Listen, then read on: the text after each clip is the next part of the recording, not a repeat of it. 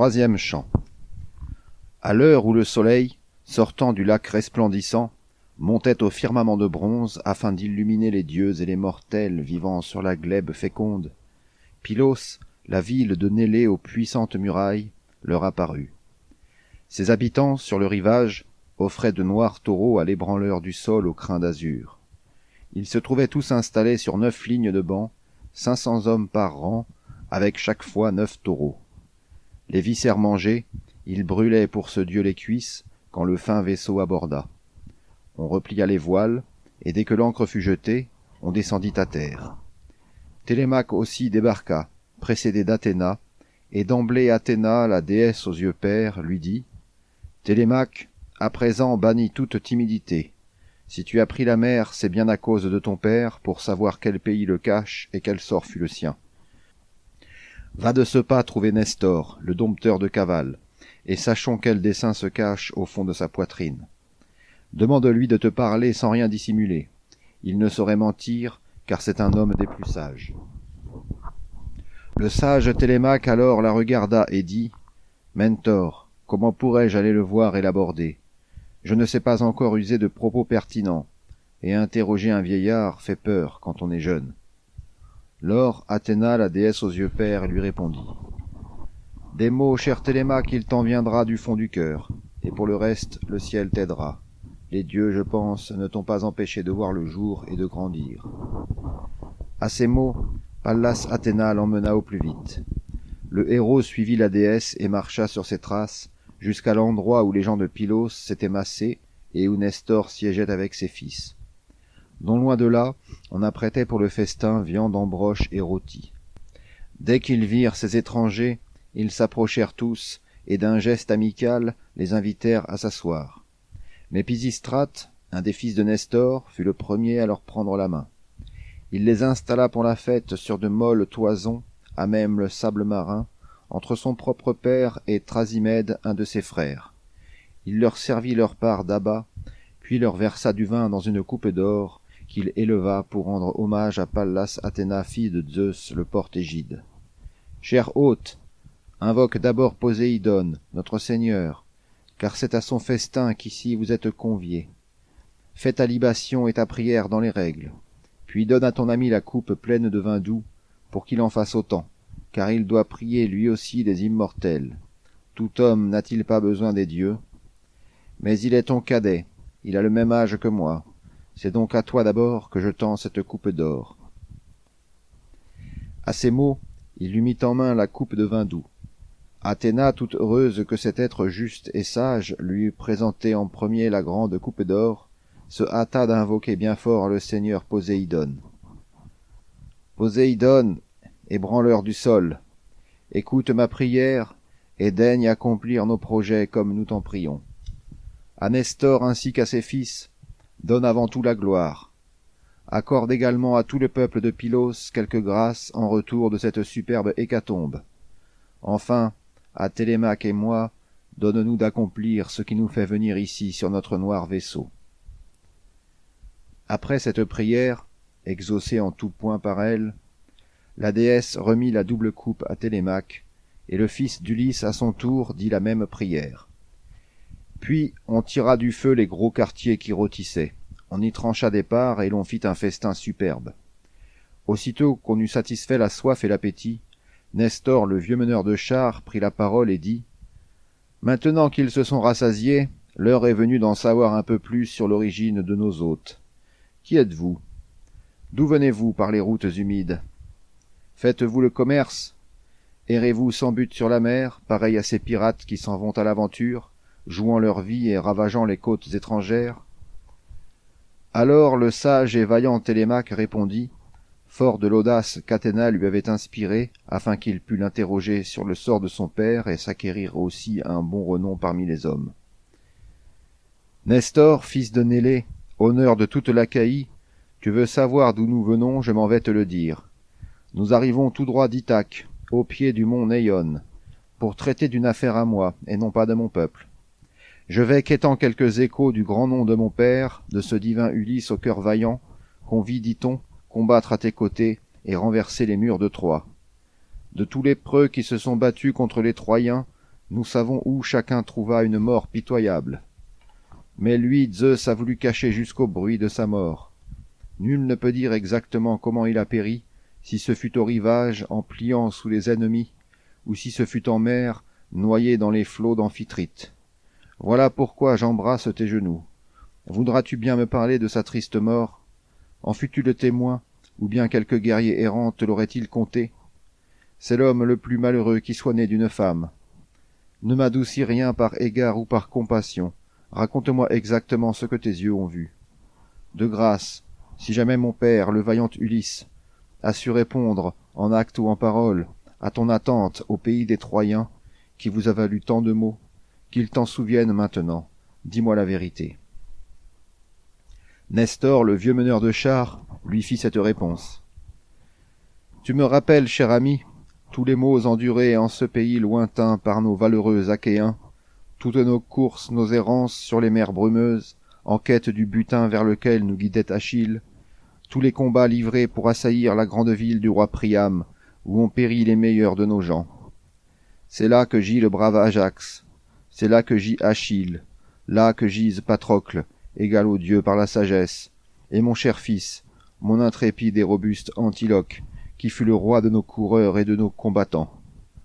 Car nous avons connu ces maux, et bien d'autres encore. Quel être humain pourrait en faire le récit complet?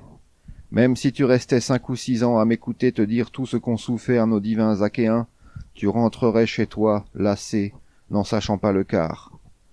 9 ans, nous leur avons tramé au prix de 1000 ruses un tissu de malheur avant que Zeus nous exauçât. Il n'y avait dans notre camp personne qui osât se montrer aussi inventif que lui, car quant aux ruses, il l'emportait sur tous, cet Ulysse divin, ton père, si tu es bien son fils. Que ta présence me surprend. À dire vrai, tu parles comme lui. Comment peut-on, étant si jeune, avoir même langage que son père? Tout ce temps-là, jamais le divin Ulysse et moi-même nous n'avons eu de différend.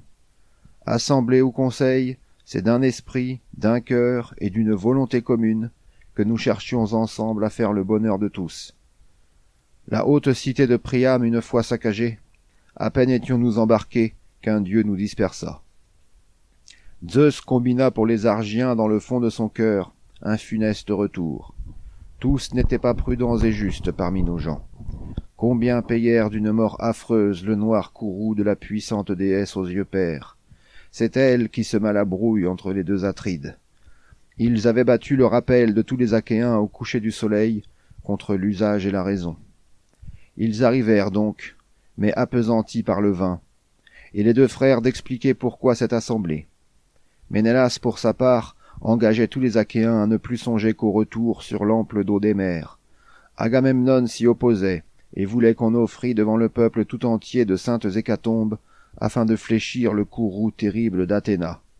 Il se flattait, le pauvre fou, d'apaiser la déesse. Mais qui ferait virer d'un coup l'esprit des immortels? Tandis que les deux rois se battaient à coups de répliques, les Achéens guettrés, au sein d'un horrible vacarme, se tenaient là, debout, partagés entre deux avis. Nous passâmes la nuit à ruminer de noirs desseins, car déjà Zeus nous préparait de terribles malheurs. À l'aube, on tira les vaisseaux jusqu'à la mer divine, afin d'y embarquer nos biens et nos sveltes captives.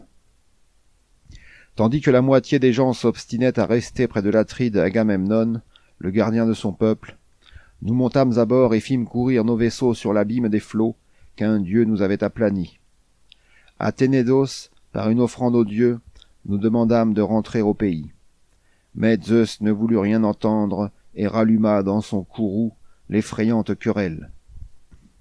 Les uns revinrent, portés par leur nef à double galbe, sous les ordres du sage Ulysse aux subtiles pensées, faire amende honorable au fils d'Atrée, Agamemnon. Quant à moi, escorté de ma flottille de vaisseaux, je m'enfuis, connaissant les maux qu'un dieu nous préparait. Le brave Tidéide et tous les siens firent de même, tandis que le blond Ménélas nous rejoignit plus tard à Lesbos, où nous consultions alors sur le grand tour. Irions-nous, passant par le haut des rochers de Chios, doubler l'île de Psyria en les tenant à gauche, ou sous Chios en longeant le Mimas battu des vents? Nous demandions aux dieux un signe, et voici qu'il nous vint, nous disant de couper par le grand large vers l'Eubée, si nous voulions échapper au plus vite à tout danger.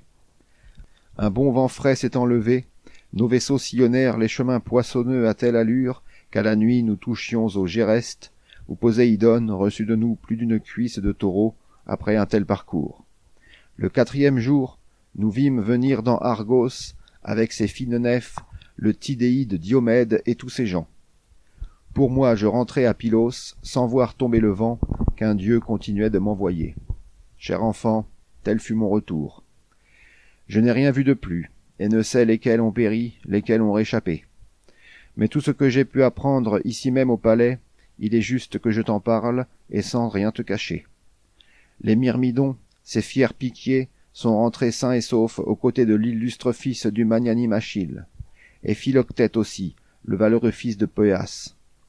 De son côté, Idoménée a reconduit en Crète tous ceux que la guerre épargna. La mer n'en prit aucun. Quant à l'Atride, vous savez même en ce coin du monde qu'Égiste à son retour lui réserva un triste sort. Mais il a expié d'une manière pitoyable. Qu'il avait bien fait de laisser après sa mort un fils, car celui-ci a su punir le cauteleux Égiste, cet assassin qui lui avait tué son digne père. Toi aussi, cher enfant, bel et grand comme je te vois, sois vaillant, si tu veux qu'un jour on parle bien de toi.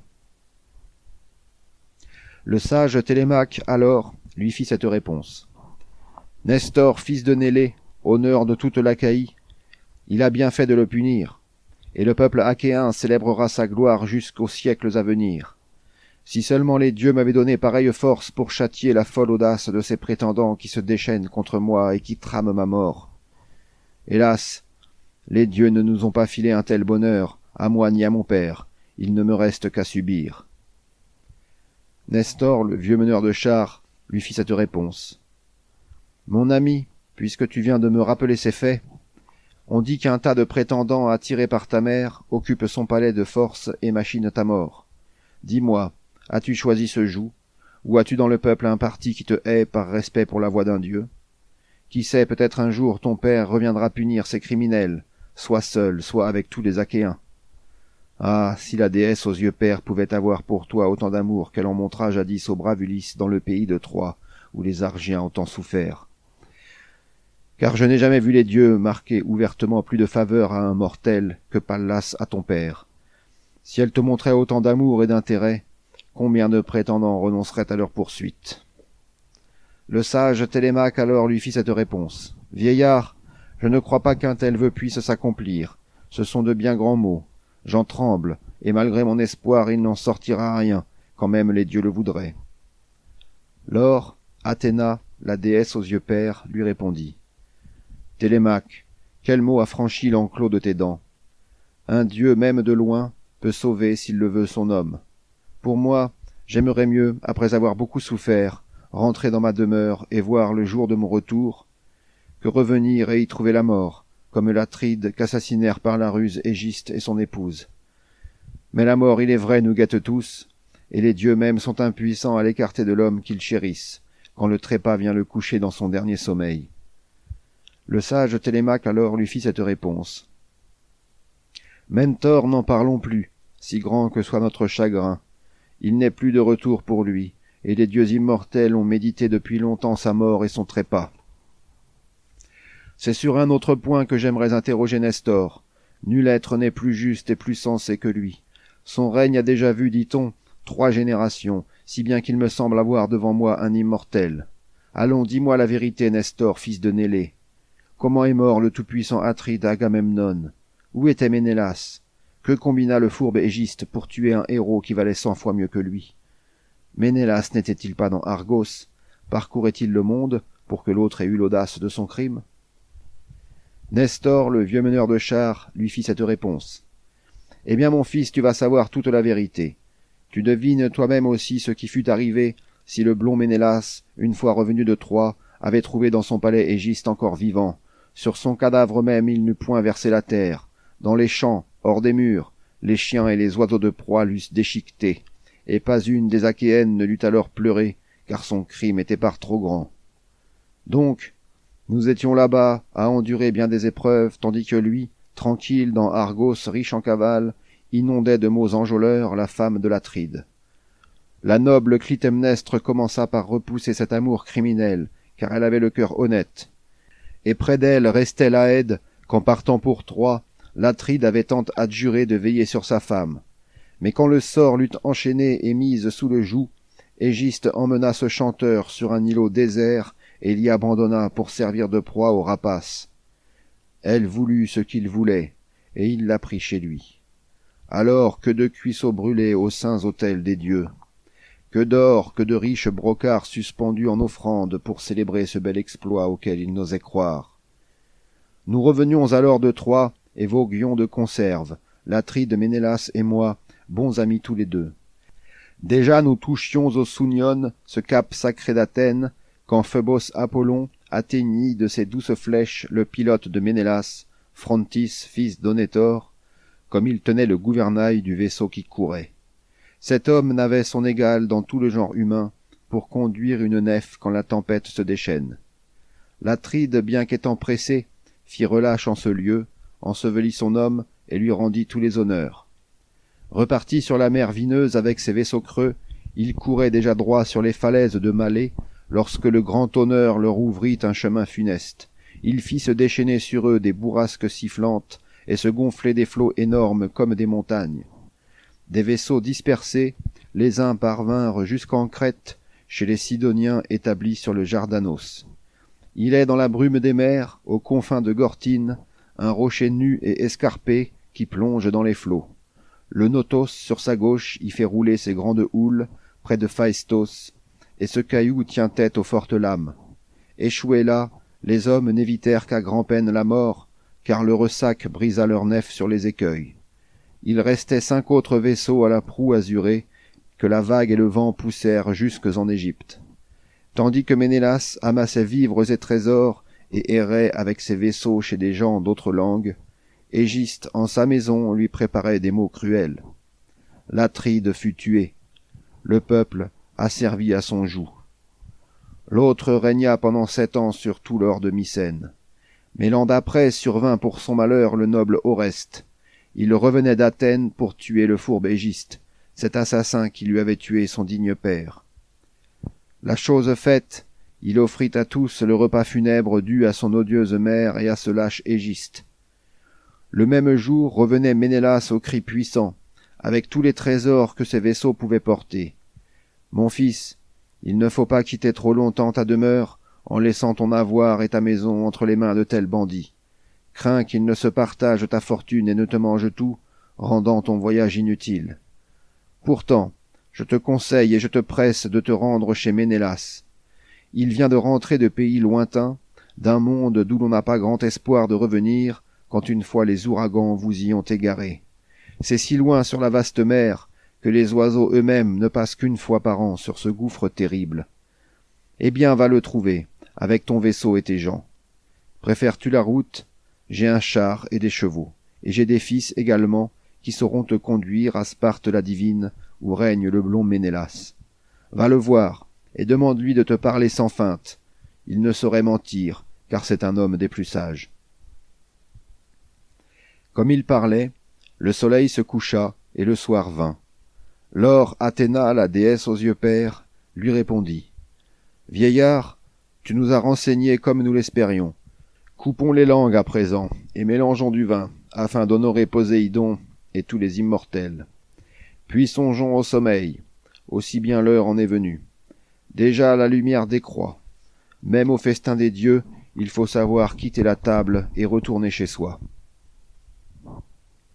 Alors ils obéirent tous à la fille de Zeus. Les héros versèrent de l'eau pour se laver les mains. Les jeunes gens remplirent les cratères jusqu'au bord, et puisèrent le vin en allant d'une coupe à l'autre. On mit la viande à cuire et on se leva pour l'offrande. Cette part une fois offerte et la soif étanchée, comme Athéna et Télémaque au visage de Dieu se disposaient à retourner à leur navire creux, Nestor les arrêta et leur adressa ces paroles. « Que Zeus et tous les autres dieux m'épargnent cet affront. Vous voulez me quitter pour regagner votre vaisseau ? Me croyez-vous si démuni de tout, si misérable, que l'on ne trouve en mon palais ni drap ni couverture pour y coucher douillettement, mes hôtes et moi-même ? Non, non, j'ai de bons draps et de fort belles couvertures. Il ne sera pas dit que le fils du fameux Ulysse aura dormi sur son tillac, tant que moi je vivrai, ou qu'après moi mes propres fils garderont ce palais pour héberger les hôtes qui arrivent sous mon toit. » Lors, Athéna, la déesse aux yeux pairs, lui répondit. « Voilà qui est bien dit, vieillard. Télémaque aurait tort de ne pas t'obéir, c'est ce qu'il a de mieux à faire. Qu'il t'accompagne donc sans plus tarder dans ton palais pour y dormir. Moi je regagnerai le noir vaisseau, j'irai calmer nos gens, et je leur donnerai des ordres. Je me flatte d'être le seul à l'emporter par l'âge, et c'est pure amitié si tous ces jeunes sont venus avec le vaillant Télémaque, ils sont tous de son âge. Cette nuit donc je coucherai au flanc du noir vaisseau. Dès l'aube, je voudrais aller chez les vaillants Caucones toucher une créance qui ne date pas d'hier et qui n'est pas de peu. Quant à celui qui t'est venu, fais-le partir en char, et donne à l'un de tes enfants les coursiers les plus forts et les plus prompts que tu possèdes. » Athéna aux yeux pairs, sur ces paroles, disparut, transformée en or frais. Alors chez tous, ce fut l'effroi. À ce spectacle, le vieillard, frappé d'étonnement, saisit la main de Télémaque et lui parla ainsi. « Ami, je ne crois pas que tu sois jamais lâche et veule, puisque si jeune encore, le ciel te guide et te conduit. C'est bien là un dieu de l'Olympe, et nul autre, à coup sûr, que la fille de Zeus, cette ardente Tritogénie, qui honorait ton noble père entre tous les Argiens. Reine, sois-nous propice, et donne-nous un beau renom, à moi, à mes enfants, ainsi qu'à ma digne compagne. Je te sacrifierai une génisse au large front, encore sauvage, à qui nul n'aura fait porter le joug, et pour te l'immoler, je lui ferai dorer les cornes. » Comme il priait ainsi, Pallas Athéna l'entendit. Nestor, le vieux meneur de chars, emmenant avec lui ses gendres et ses fils, revint à sa belle demeure. Dès qu'ils eurent atteint l'illustre palais de ce roi, l'un près de l'autre, ils prirent place au banc et au fauteuil. Le vieillard, pour ses arrivants, mêla dans un cratère un vin fruité que l'intendante avait tenu 11 ans sous bonne garde, et dont elle venait d'ôter la coiffe. Le mélange achevé, il fit l'offrande et invoqua longuement Athéna, fille de Zeus, le porte-égide. Cette part une fois offerte et la soif étanchée, chacun ne songeant qu'à dormir, regagna son logis. Mais c'est au palais que Nestor, le vieux meneur de chars, fit coucher Télémaque, le fils du divin Ulysse, sur un lit ajouré, sous le grand portique sonore, non loin de Pisistrate, le vaillant chef de guerriers, le seul à rester sous son toit, n'étant pas marié. Lui-même alla dormir au fond de sa haute demeure, où son épouse lui gardait le lit et le coucher. Lorsqu'au petit matin parut l'aurore aux doigts de rose, Nestor, le vieux meneur de chars, s'élança de son lit. Il sortit et vint prendre place au banc de pierre lisse qui flanquait la grand-porte et brillait de tout son éclat. C'est là que dans les temps anciens venait s'asseoir Nélé, que ses conseils pleins de sagesse égalaient à un dieu. Mais la mort l'avait déjà pris et plongé dans l'Hadès, laissant le trône au vieux Nestor, rempart de l'Achaïe. Autour de lui se rassembla, au sortir de leur chambre, la troupe de ses fils. En tête, Échephron et Stratios, puis Persée, Aréthos, suivi du divin Thrasimède. En 6e parut enfin le héros Pisistrate, puis l'on plaça près du vieillard le divin Télémaque. Nestor, le vieux meneur de chars, prit la parole et dit « Hâtez-vous, mes enfants, de réaliser mon désir. Parmi les immortels, il faut que j'invoque Athéna, qui a pris part au grand festin offert à notre Dieu. Que l'un aille chercher une génisse dans les champs, qu'il la ramène vite, et que le bouvier la talonne. Qu'un autre au noir vaisseau aille quérir les compagnons du vaillant Télémaque et n'en laisse que 2 à bord. Qu'un autre nous amène ici le doreur Laërkès, afin qu'il couvre d'or les cornes de cette génisse. Vous autres restez tous ici, mais dites aux servantes d'apprêter le festin dans ma demeure somptueuse et de nous apporter les sièges, le bois et l'eau pure. » À ces mots, chacun s'empressa. On vit venir des champs une génisse, et peu après, du vaisseau bien galbé, les compagnons du brave Télémaque, puis l'orfèvre avec les outils de son art, les instruments de bronze, l'enclume, le marteau et les tenailles délicates servant à battre l'or. Athéna vint aussi jouir du sacrifice. C'est Nestor, le vieux meneur de chars, qui donna l'or. L'homme le travailla, puis en couvrit les cornes de la bête, afin de plaire à la déesse. Stratios et le noble Échephron la poussaient par les cornes. Aréthos sortit du cellier, portant de l'eau lustrale dans un bassin à fleurs et un panier plein de grains d'orge. Le vaillant Thrasimède, armé d'une hache tranchante, restait près de la bête et s'apprêtait à la frapper. Persée avait le vase pour le sang. Le vieux Nestor répandit l'eau et les grains d'orge en priant Athéna, puis jeta dans le feu des poils prélevés sur la tête. La prière une fois finie et l'orge répandue, le vaillant Nestoride Thrasimède s'avança, et d'un coup de sa hache lui trancha tous les tendons du cou. La bête s'écroula, sous les clameurs sacrées des filles et des brus et de la vénérable reine Eurydice, qui de Clymène était la fille aînée. On maintint soulevé du sol le mufle de la bête, et Pisistrate, le grand meneur d'hommes, l'égorgea. Alors, dans un flot de sang noir, l'âme quitta les eaux. On dépeça en hâte, on détacha tous les cuisseaux selon le rite. Ensuite on les couvrit sur chaque face de graisse, et l'on mit par-dessus les morceaux de chair crue. Le vieillard les brûla sur des sarments, qu'il arrosa d'un vin sombre, et les jeunes l'entouraient fourchette en main. Les cuisseaux une fois brûlés, on mangea la fraissure. Le reste fut coupé menu, enfilé sur les broches et rôti à la pointe de ces broches qu'il tournait. La belle Polycaste, entre-temps, baignait Télémaque. C'était la plus jeune des filles du fils de Nélée. Après avoir lavé et frotté son corps d'huile fine, elle le vêtit d'une robe et d'une belle écharpe. Quand il sortit de la baignoire, on l'eût pris pour un dieu. Il vint s'asseoir près de Nestor, le pasteur de son peuple. Dès qu'on eut retiré du feu les viandes qui cuisaient, l'on prit place au festin, tandis que de nobles servants s'empressaient de remplir de vin toutes les coupes d'or. Aussitôt qu'on eut satisfait la soif et l'appétit, Nestor, le vieux meneur de chars, prit la parole et dit « Cher fils, amenez-moi pour Télémaque nos coursiers au long crin, liez-les aux chars, et qu'ils se mettent en route. » En entendant ces mots, ils s'empressèrent d'obéir. Ils lièrent au joug du char les 2 coursiers rapides, et l'intendant y déposa le pain, le vin, les mets, tout ce que l'on donne à manger au roi issu de Zeus. Télémaque monta alors dans le char magnifique. Le Nestoride Pisistrate, meneur de guerriers, vint se mettre à côté de lui, et s'emparant des rênes, d'un coup de fouet fit s'envoler sans peine les coursiers à travers champs, loin de la haute ville de Pylos. Le joug, sur leurs 2 coups, tressauta toute la journée. Le soleil se couchait et l'ombre envahissait les rues, comme ils atteignaient Phère et la maison de Dioclès, qui était fils d'Orsilocos et petit-fils d'Alphée. Il leur offrit pour cette nuit son hospitalité. Lorsqu'au petit matin apparut l'aurore aux doigts de rose, ils attelèrent, puis montèrent sur le char brillant pour le dégager de l'entrée et du porche sonore. Un coup de fouet fit s'envoler sans peine les coursiers. On arriva dans une plaine à blé, et peu après on atteignit le but, tant les chevaux s'étaient hâtés. Le soleil se couchait, et l'ombre envahissait les rues.